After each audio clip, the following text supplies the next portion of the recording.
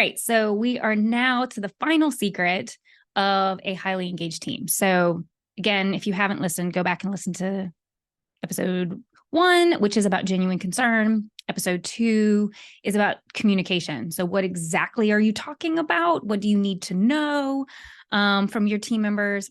And the final secret, I know you've been dying for this, but it's okay. It is about consistency, just like everything else in life. Are you consistent with your actions? Are you consistent with the effort you are putting in with your team?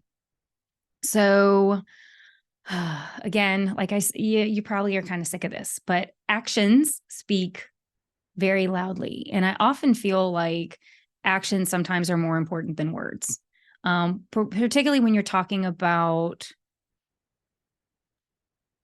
does your team feel through how you are showing up for them that you care about them, you value them, and that you, and I don't want to use the word loyalty because with all the layoffs that took place last year, I think that word is hot topic. But what I would say is that you are committed to showing up for them as the best way you can as a leader. And that in part of that is like, who they are, you care about who they are, and you're willing to listen to them about what's important to them. Even if you can't actually do something about it in that moment, that may not be the most important thing. Many times people just want to feel seen and heard and respected, which is really important. So let's get back to consistency. So again, it's the idea of, and I go back a lot to, what would you expect from your leader?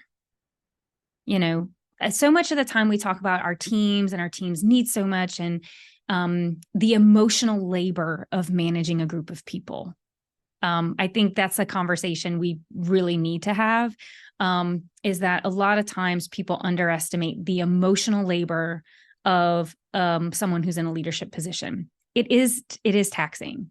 The idea of, depending on how large your team is, making time and space for them, ensuring you know them, and truly showing up in a caring fashion and not just a superficial one, takes a lot of energy. It takes a lot of time that you have to make if you want an engaged, healthy culture, period.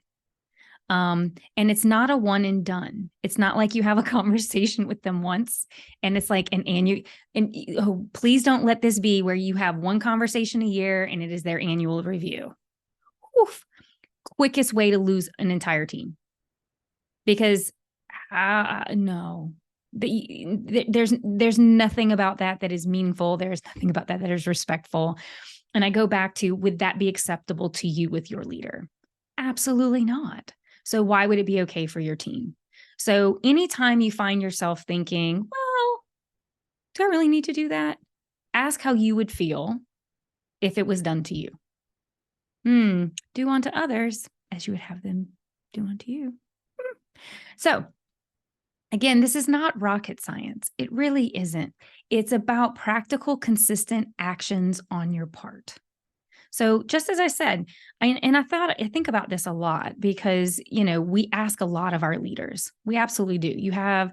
You're like the sandwich, like you're stuck in the middle of the pressure coming from the top. You've got a lot of pressure coming from the bottom. And many days it feels like there's just no winning. But the more I feel you can create some structure and consistency for yourself, that is how you are starting. That's how you're going to create the relationships that are going to carry you.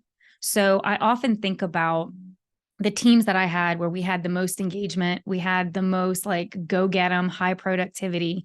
And it was due to the consistent nature of how I chose to show up for them. And boy, was it work. It absolutely was. But I guarantee you, when things got really unpleasant and I needed them to go a bit above and beyond what they would normally do, no one ever hesitated because they knew I would never ask them to go above and beyond unless there was not an alternative. Because I knew what was going on in each of their lives and I knew what it would cost for them to commit to something more than what they were used to committing to. So if you want a team that, like I like to say, goes into battle with you, you have to put that emotional labor in. You have to make that time, and you have to be consistent about it. So like I said, I'll give you an example. If you can only meet with your team, like a team member once a month, you make sure you meet with them once a month and that you're 100% focused in that time you're there. I don't care if it's 5 minutes. I don't care if it's 15 minutes or 50 minutes. You be committed. And you know what? This month may be 50 minutes. Next month, it may only be 15, but they're going to know that in the time they have with you, you're 100% there. You're with them. And yes, they may complain and be frustrated that they're not going to get as much time with you as they genuinely want. But the truth of it is you were consistent in making space for them, in making sure that they felt heard, they felt respected, and that you were able to potentially help them navigate whatever challenges they're facing, right? And that's really what it's about, is how are we showing genuine care and concern for each other? Like I say, it's not rocket science. And I would say, in addition to that, if you find that this is just too much and you're like, yeah, I don't have this in me, Kim, I don't really want to do this. Well, the first thing I would tell you is leadership isn't for everybody. I know many people who get promoted into a leadership position because they're good at doing a job, not because they're good at leading people. Those are two very different skill sets. And there is no shame in saying leading people is not my passion, because I would say to be a good leader with a great, highly engaged team, you're going to really need to care about that side. You're going to have to be passionate about people. And if that is not something that resonates with you, then I would ask you to think about where are you in your career? What is important to you? How are you setting yourself up for success? Because that is key. It starts with you. It starts with you and your actions and how you show up every single day. So here's what I will tell you. If you just start with these simple steps, you will see a shift in your team. Will it happen overnight? Most probably not. Because what they're going to look for is this last step, is the consistency. They want to know it's not a one and done, that you didn't go to some training and then somebody really smart said, go do this thing. And you did it once and you're like, I checked that box. No.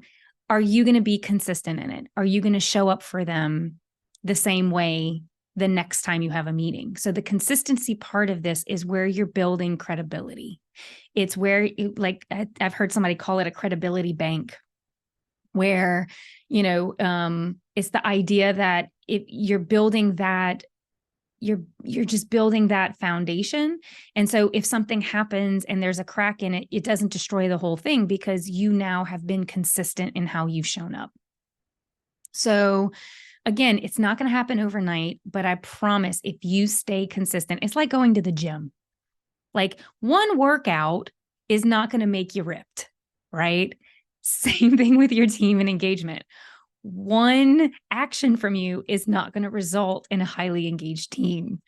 It's about the consistency and the pattern and the commitment to who you want to be, how you want to show up, and how you want to serve those that work for you. All right. So those, you now have the 3 secrets to a highly engaged team. I have no doubt that if you just get out there and start trying some things, you're going to start to see some shift. You just have to be patient, because people are not widgets. And everybody has a lot going on, including you. That's okay. So be kind to yourself, try some stuff, but whatever you try, aim for that consistency. And again, if you're struggling with it, reach out to me. Like, I'm a real person. I'm happy to have a conversation with you to help you navigate. Like, you don't have to do this by yourself. There are people who really thrive in this space. There's ways that can help you and support you as you get your feet under you. if this is something you're struggling with and this is something you really want to move on in 2024 in this year. So, lastly, I just want to say, if you are interested in me coming out and talking to some team members, so like if you have a group of leaders that you're thinking about that could use something like this, I do speaking. I do come and I work with teams. I work with organizations. And if you're watching on YouTube, there's a QR code where you can go and look at all the topics that I speak on. If not, you definitely can see them in the show notes. So please, don't hesitate. If this is something you really struggle with, you don't have to struggle alone. Asking for help is always the first step. So, and I'm happy to do that. And if I'm not the right person for you, I'm happy to find the right person for you. So again, you don't have to do all this by yourself. And lastly, because I end this way every time, is I just want to say thank you very much for showing up here with me today. And thank you for just your time and your consideration. And I just never take you for granted, and just want to say thank you so very much. I do this because I really believe people want to be better leaders and sometimes just don't know where to start. And my passion is it's not in the big stuff, it's in the little things we do every single day. And if we just start with a few things, you'd be amazed at how rapidly you will see change, not only within you, but around you. So with that, take care, and I will see you soon.